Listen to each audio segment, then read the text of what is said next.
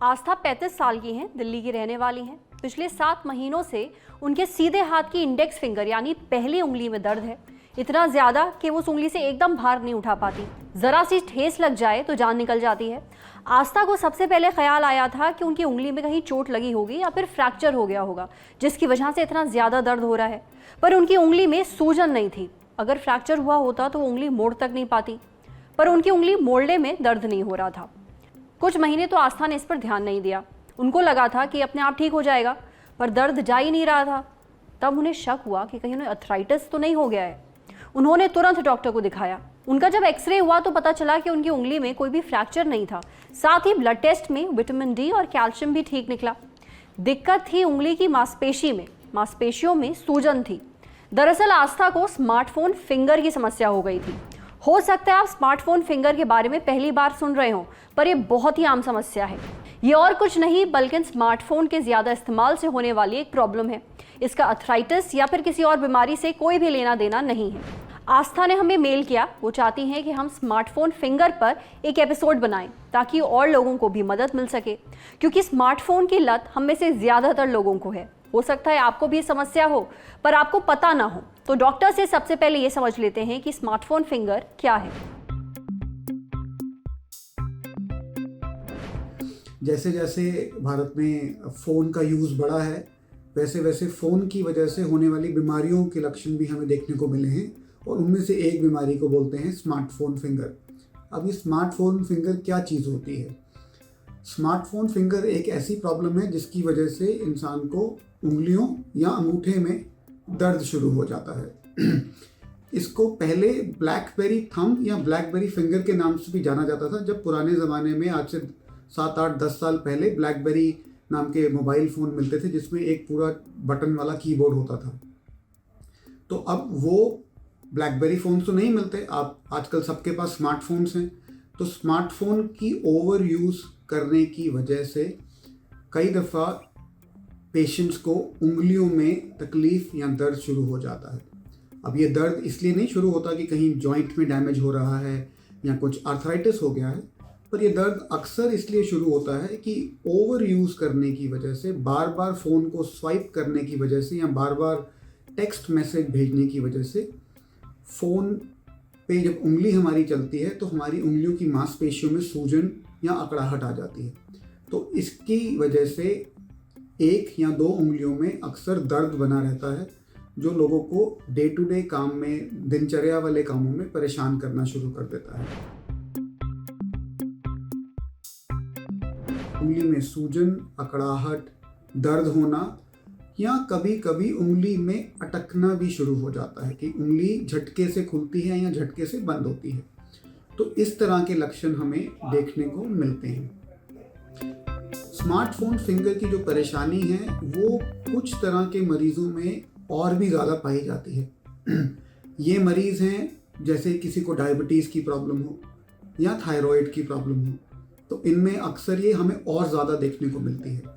जो लोग सारा दिन मोबाइल फ़ोन पे ही काम करते हैं या मोबाइल फ़ोन पे लगे रहते हैं, तो उनमें भी ये प्रॉब्लम ज़्यादा देखने को मिलती है। तो ये प्रॉब्लम बहुत यंग लोगों से लेकर और बहुत ओल्ड एज में भी हमें देखने को मिल जाती है। इस बीमारी को पहचानने में एक चीज़ का हमें ध्यान रखना है कि ये अक्सर 1 या 2 ही उंगलियों को परेशान करेगी। अगर किसी मरीज़ को सारी उंगलियों में दर्द हो रहा है या सभी जोड़ों में तकलीफ़ है, तो शायद ये स्मार्टफोन फिंगर नहीं है, फिर ये किसी और बीमारी के लक्षण हो सकते हैं जिसमें आर्थराइटिस या कार्पल टनल सिंड्रोम।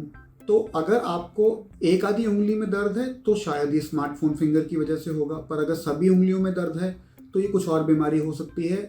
दोनों ही सिचुएशंस में मुझे लगता है कि बेहतर होगा कि आप अपने आसपास के डॉक्टर को दिखाएं ताकि कंफर्म हो जाए। पर कुछ एक चीज़ें हैं जो हम घर पे भी कर सकते हैं अगर स्मार्टफोन फिंगर है तो उसको ठीक करने के लिए। सबसे ज़्यादा ज़रूरी ये है कि आप फ़ोन का जो इस्तेमाल कर रहे हैं वो सिर्फ 1 या 2 उंगलियों से स्वाइपिंग या टाइपिंग की आदत को बदलें। आप कोशिश करें कि आप 3-4 उंगलियां यूज़ करें या एक ही उंगली से स्वाइपिंग ना करें, उंगलियां चेंज करते रहें ताकि कोई भी एक उंगली ज़्यादा ओवरवर्कड ना हो। उसके अलावा अगर आपको डायबिटीज़ या थायराइड की परेशानी है तो आप ये बिल्कुल ध्यान दें कि आपकी डायबिटीज़ और थायराइड की परेशानी कंट्रोल में रहे। अगर दर्द से परेशान हो रहे हैं तो बर्फ़ की सिकाई, आइस पैक्स लगाने से अक्सर लोगों को रिलीफ मिलता है, और कुछ दिन के लिए फ़ोन का यूज़ भी कम कर देंगे तो वो भी बहुत हेल्पफुल होगा। कई दफ़ा अगर दर्द नहीं जा रहा होता तो अपने डॉक्टर की सलाह से हमें कुछ एक ब्लड टेस्ट भी करवाने चाहिए, क्योंकि कुछ लोगों में जिनमें विटामिन डी या विटामिन B12 की कमी पाई गई है उनमें भी ये परेशानी आ तो जाती है पर जाने में परेशान करती है, आराम से नहीं जाती जब तक उनकी डेफिशिएंसी को हम ठीक ना करें। तो यूरिक एसिड, विटामिन डी और विटामिन B12 लेवल्स को चेक करवाना, और अगर उनमें कुछ प्रॉब्लम है तो उसको ट्रीट करना भी इसी बीमारी का ट्रीटमेंट का पार्ट माना जाता है। तो ये सब चीज़ों को ध्यान रखना ज़रूरी है। आजकल के टाइम में फ़ोन पर काम करना या मोबाइल पे काम करना एक बहुत ही इम्पॉर्टेंट पार्ट है, हम इससे बच नहीं सकते।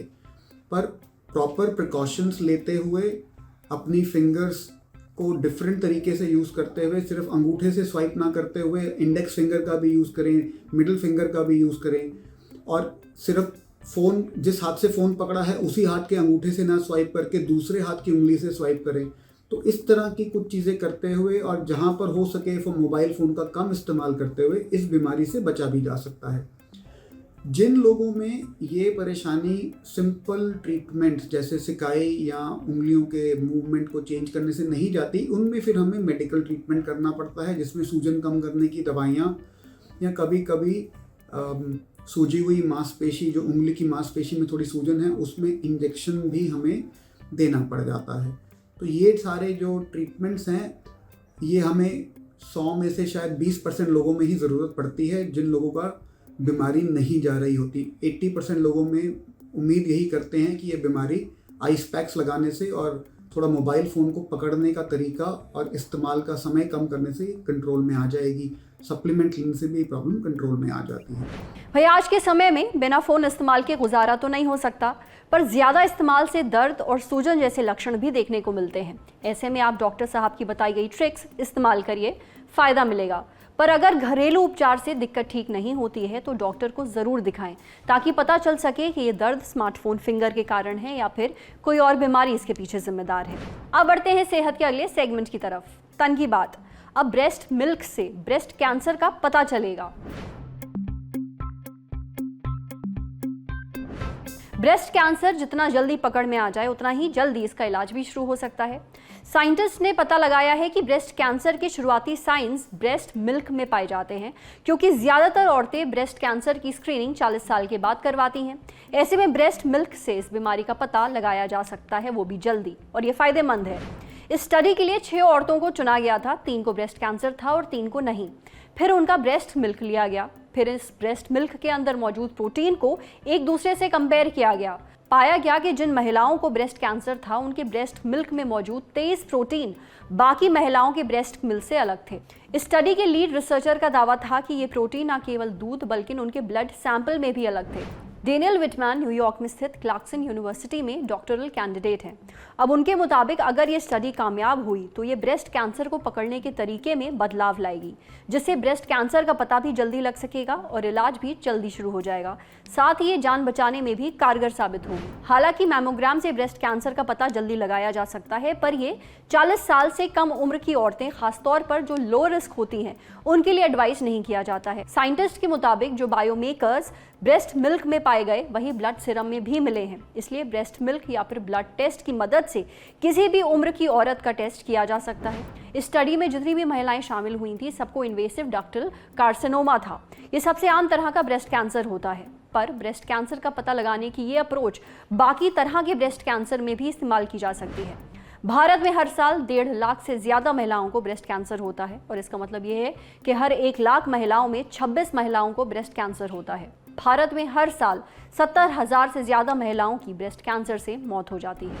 आमतौर पर औरतें मैमोग्राम 50 से 53 साल के बीच में करवाती हैं। इसे हर 3 साल में करवाना चाहिए, 71 साल की उम्र तक। समझे, अब आ रही है सेहत के आखिरी सेगमेंट की, खुराक यानी एक झक्कास सी हेल्थ टिप। गन्ने का रस तो आपने खूब पिया होगा, पर गन्ने के सिरके के फायदों के बारे में आपको पता था क्या? गन्ने का रस तो गर्मियों में सबको मजेदार लगता है, लेकिन इस रस से बनने वाला सिरका कई बीमारियों का इलाज है। डाइटिशियन रेखा गुप्ता का कहना है कि गन्ने के रस से बनने वाला सिरका डाइट में शामिल करना काफी अच्छा होता है। सबसे पहली बात कि डायबिटीज के पेशेंट्स भी इसे इस्तेमाल कर सकते हैं, उससे उनकी शुगर कंट्रोल में रहती है। इसमें कैल्शियम भरपूर होता है, जिसकी वजह से कब्ज से परेशान रहने वाले लोगों के लिए एक रामबाण है। गन्ने का सिरका कई सारी बीमारियों के इलाज में फायदेमंद होता है। दरअसल कैल्शियम, मैग्नीशियम और आयरन रिच होने के कारण ये काफी फायदेमंद है। पेट दर्द होने पर इसे पानी में मिलाकर पीने से दर्द कम हो जाता है।